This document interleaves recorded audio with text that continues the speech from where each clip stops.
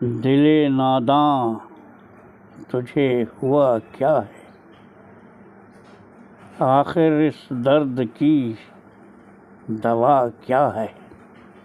दिले नाशिद की अदबी दुनिया में हम आपका इस्तकबाल करते हैं।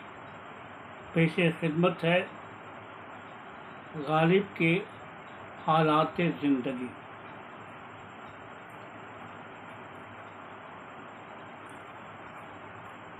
जिस ज़माने में मुग़लिया सल्तनत का चराग टिमटिमा रहा था और मशरक़ी तहज़ीब का आफ़ताब ग़ुरूब होने को था, उस वक्त शेर व अदब की दुनिया में चंद ऐसी शमें रोशन हुईं जिन्होंने आँखों को खैरा कर दिया। मिर्ज़ा असदुल्ला ख़ान गालिब उस अहद के सबसे नामवर शायर हैं। उनके दम से उर्दू शायरी की दुनिया में एक इनकलाब पैदा हो गया। प्रोफेसर आल अहमद सुरूर के कौल के मुताबिक गालिब से पहले उर्दू शायरी दिल वालों की दुनिया थी। गालिब ने उसे ज़हन दिया। उन्होंने गज़ल में नए मौज़ूआत और नए मज़ामीन दाखिल करके उसका दामन वसी कर दिया। मिर्ज़ा असदुल्ला ख़ान नाम और गालिब तख़ल्लुस था। 1796 ईस्वी में आगरा में पैदा हुए। मशहूर मुहक़्क़िक़ मालिक राम ने तज़किरा माहुस्साल में गालिब की तारीख़ पैदाइश 27 दिसंबर 1797 ईस्वी बमुताबिक 8 रजब 1212 हिजरी लिखी है। और यूसुफ हुसैन ख़ान भी गालिब और आहंग गालिब में उनकी तारीख़ विलादत 27 दिसंबर 1797 ईस्वी बताते हैं, जबकि राम बाबू सक्सेना तारीख़ अदब उर्दू में मिर्ज़ा का साल विलादत 1796 ईस्वी करार देते हैं। मिर्ज़ा गालिब का ख़ानदानी सिलसिला बकौल राम बाबू सक्सेना उज़्बेक तुर्कमानों जो वस्त एशिया के रहने वाले थे से मिलता है, जो अपने आप को सलातीन सल्जूकी की वसातत से फरीदून की नस्ल में समझते थे। मिर्ज़ा के दादा सबसे पहले हिंदुस्तान आए और शाह आलम बादशाह के दरबार में इज़्ज़त पाई। गालिब के वालिद अब्दुल्ला बैग खान ने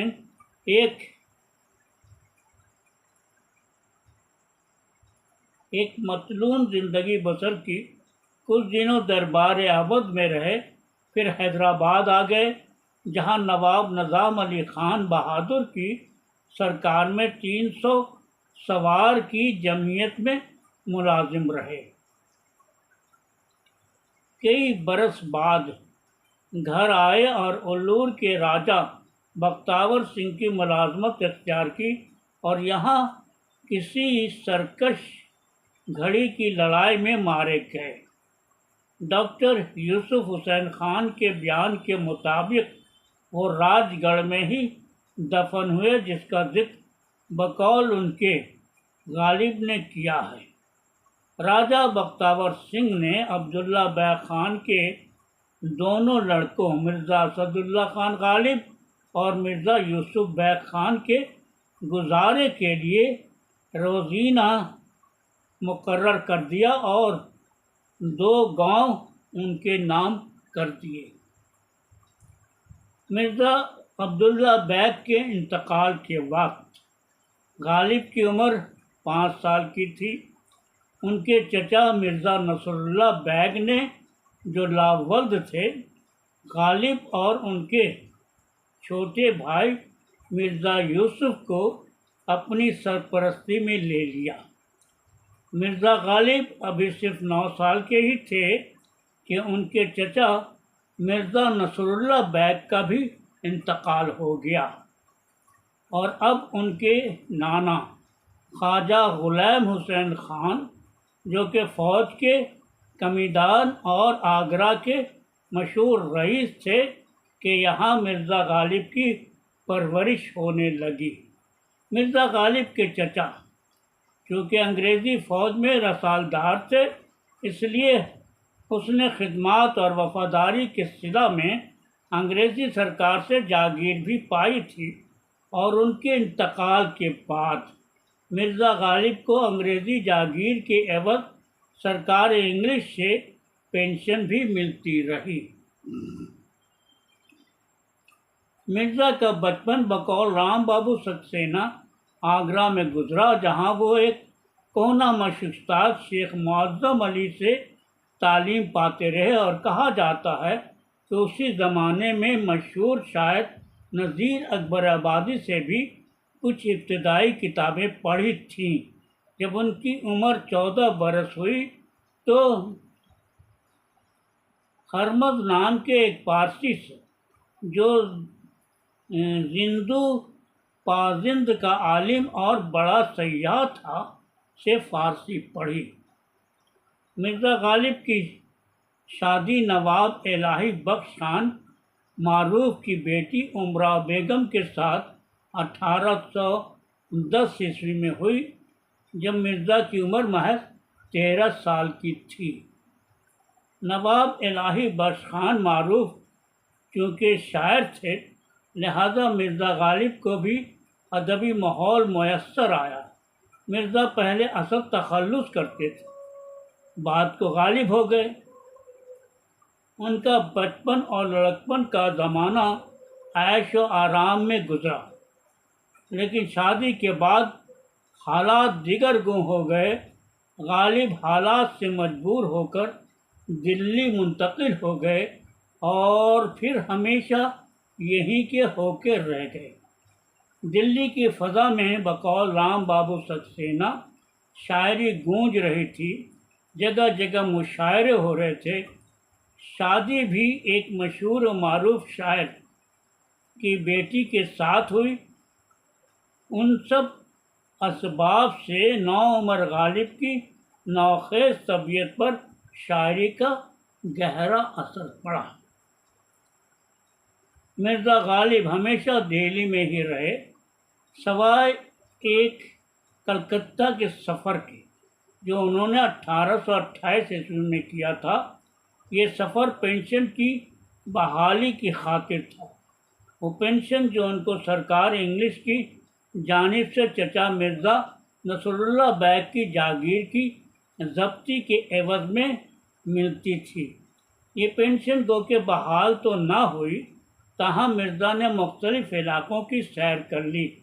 बकौल राम बाबू सक्सेना कलकत्ता के रास्ते में मिर्ज़ा ने लखनऊ और बनारस की भी सैर की थी और एक कसीदा नसीरुद्दीन हैदर शाह बादशाह अवध के वास्ते और एक नसर वज़ीर सल्तनत की मदाह में पेश की थी।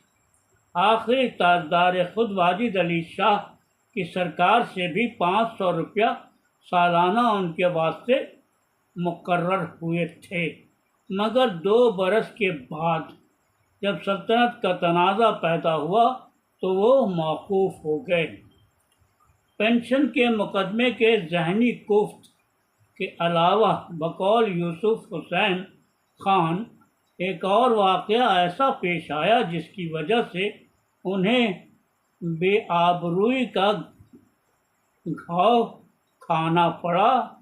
जो थोड़ी बहुत इज्जत बाकी थी वो भी जाती रही। गालिब को जवानी के ज़माने में शतरंज खेलने का बड़ा शौक़ था। कुछ बदक कर खेला करते थे। आहिस्ता आहिस्ता इस आदत ने जुआ खेलने की लत लगा दी। शराब और जुए का साथ दुनिया की हर तहजीब में कदीम से पाया जाता है। 1841 ईस्वी में जुए की इल्लत में उन्हें 100 रुपये जुर्माने की सज़ा हो चुकी थी। उसके बाद भी ये उनका मशगला जारी रहा जब तक मोहम्मद मिर्ज़ा खानी कोतवाल शहर थे। मिर्ज़ा को कोई ख़तरा बाबत खेलने जुए के न था। लेकिन जब मोहम्मद मिर्ज़ा खान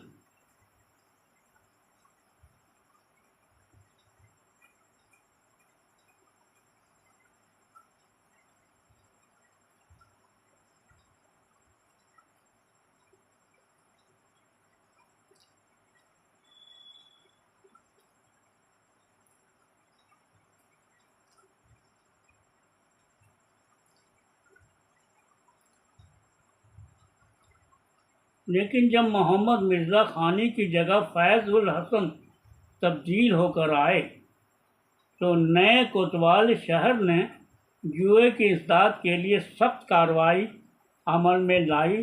चुनांचे मिर्ज़ा गालिब को,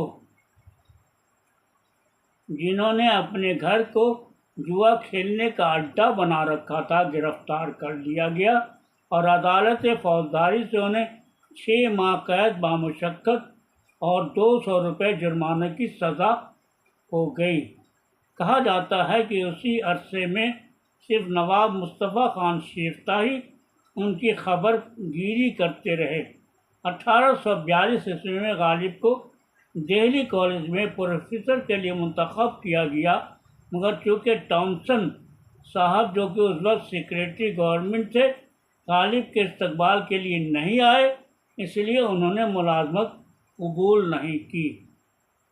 1849 ईस्वी में बादशाह बहादुर शाह जफर ने उनको नजमुद्दौला दबीरुल मुल्क निज़ाम जंग का खिताब अता किया और मज़ीद ये कि उनको 50 रुपये महीना के सिला में तारीख़ ख़ानदान तैमूरिया लिखने का भी हुक्म दिया। 1854 ईस्वी में शेख इब्राहिम ज़ौक़ के इंतकाल पर गालिब बादशाह हुजूर के उस्ताद मुकर्रर हुए। राम बाबू सक्सेना के बकौल गदर के अय्याम में बसिलसिले मुलाजमत और तकरीब शाही की मिर्ज़ा भी मसाइब में मुब्तला हो गए थे। पेंशन बंद हो गई और उनके चाल चलन के मुतालिक तहकीकात की जाने लगी और आखिर में जब पूरी सफाई हो गई और ये बेगुनाह साबित हुए तो उनकी पेंशन बहाल हुई और इज़्ज़त साहब का भी वापस दी गई। गालिब तो अब यूसुफ अली ख़ां व वाली रामपुर के उस्ताद भी थे, जो उनको 100 रुपये माहवार बतौर पेंशन के उम्र भर देते रहे। गालिब का इंतकाल 15 फरवरी 1869 ईस्वी को 72 बरस 4 माह बमुकाम दिल्ली हुआ और वहीं दफन हुए। तो दोस्तों, अभी आप इसमें राशिद के अदबी दुनिया में एक मजमून सुन रहे थे गालिब की हालात ज़िंदगी, और फिर हम आपको लेकर चलेंगे कल वेस्ट बंगाल बोर्ड के उर्दू सब्जेक्ट के मिर्ज़ा गालिब की जो 2 गज़लें निसाब में शामिल हैं, उसकी तशरीह पेश करेंगे सैयद हसन साहब। पिछली दफ़ा 2 गज़लें की तशरीह आपके सामने पेश की जा चुकी है और दूसरे शायर आपके निसाब में हैं मिर्ज़ा गालिब, उनकी भी 2 गज़लें आपके निसाब में शामिल हैं। उसकी तशरीह इंशाअल्लाह हम कल आपके सामने एक गज़ल की तशरीह करेंगे। उसके बाद दूसरे दिन हम मिर्ज़ा गालिब की दूसरी गज़ल की तशरीह पेश करेंगे और पेश करता हैं सैयद हसन साहब।